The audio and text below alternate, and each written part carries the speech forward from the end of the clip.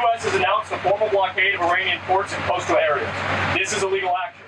अमेरिकी नौसेना के युद्धपोत ईरान और उसके आसपास के कमर्शियल शिप्स को ये चेतावनी दे रहे हैं कि वो उन्हें अपने कंट्रोल में लेने और ईरान के साथ व्यापार करने वाले जहाज़ों की नाकाबंदी का पालन सुनिश्चित करने के लिए बल का प्रयोग करेंगे। अमेरिकी सेंट्रल कमांड ने सोशल मीडिया पर एक वीडियो शेयर किया है। इसमें नौसेना की तरफ से एक रेडियो संदेश में कहा जाता है, The U.S. has announced a formal blockade of Iranian ports and coastal areas. This is a legal action. All vessels are advised to immediately return to port if leaving and discontinue transit to Iran if that is your next port of call.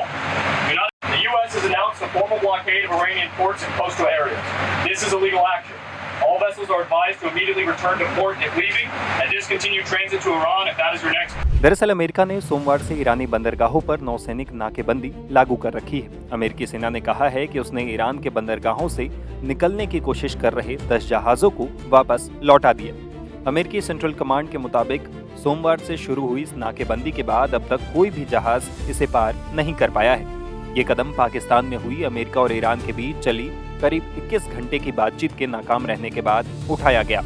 इधर Iran ने चेतावनी दी है कि अगर America ने नाकेबंदी नहीं हटाई तो वो खाड़ी इलाके में व्यापार को बाधित कर सकता है। ईरानी स्टेट मीडिया ने बताया। खातम अल अबिया केंद्रीय मुख्यालय के कमांडर अली अब्दुल्लाही ने अमेरिका को चेतावनी दी है कि यदि ईरान की नौसैनिक नाकेबंदी जारी रहती है तो फारस की खाड़ी, ओमान सागर और लाल सागर से किसी भी प्रकार के आयात या निर्यात की अनुमति नहीं दी जाएगी।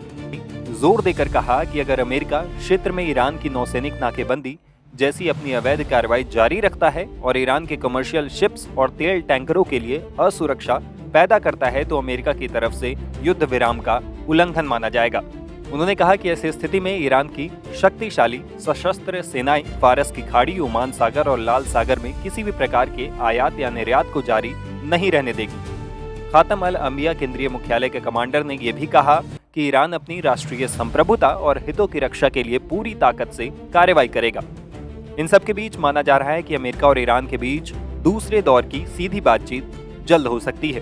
बताया ये भी जा रहा है कि ईरान और अमेरिका के बीच संवाद में कुछ प्रगति जरूर हुई है, लेकिन परमाणु मुद्दे पर दोनों देशों के बीच बुनियादी मतभेद अब भी बने हुए हैं। रॉयटर्स के मुताबिक एक वरिष्ठ ईरानी अधिकारी ने कहा कि कुछ क्षेत्रों में मतभेद कम हुए हैं। हालांकि उन्होंने साफ किया कि ईरान के उच्च स्तर के संवर्धित यूरेनियम के भविष्य और परमाणु कार्यक्रम पर लगने वाली पाबंदियों की अवधि जैसे अहम मुद्दे अब भी अनसुलझे हैं। इन मतभेदों के चलते दोनों देशों के बीच किसी व्यापक समझौते पर पहुंचने में अभी समय लग सकता है।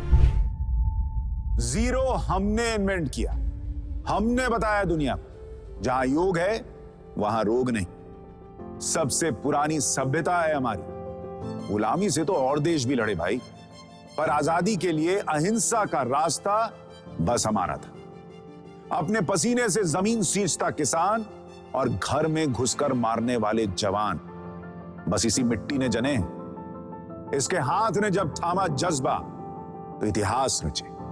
कदम बढ़ाए तो चांद का वो हिस्सा चूमा भाई, जहां कोई कभी नहीं पहुंचा। आज पूरी दुनिया में शान से लहरा रहा है तिरंगा, और इसके पीछे है गर्व से भरी अनगिनत कहानियां जो लिखी जा चुकी हैं और लिखी जा रही हैं, जिन्हें मैं सुनाऊंगा आपको राष्ट्रगर्व रोज शाम 6:25 पर।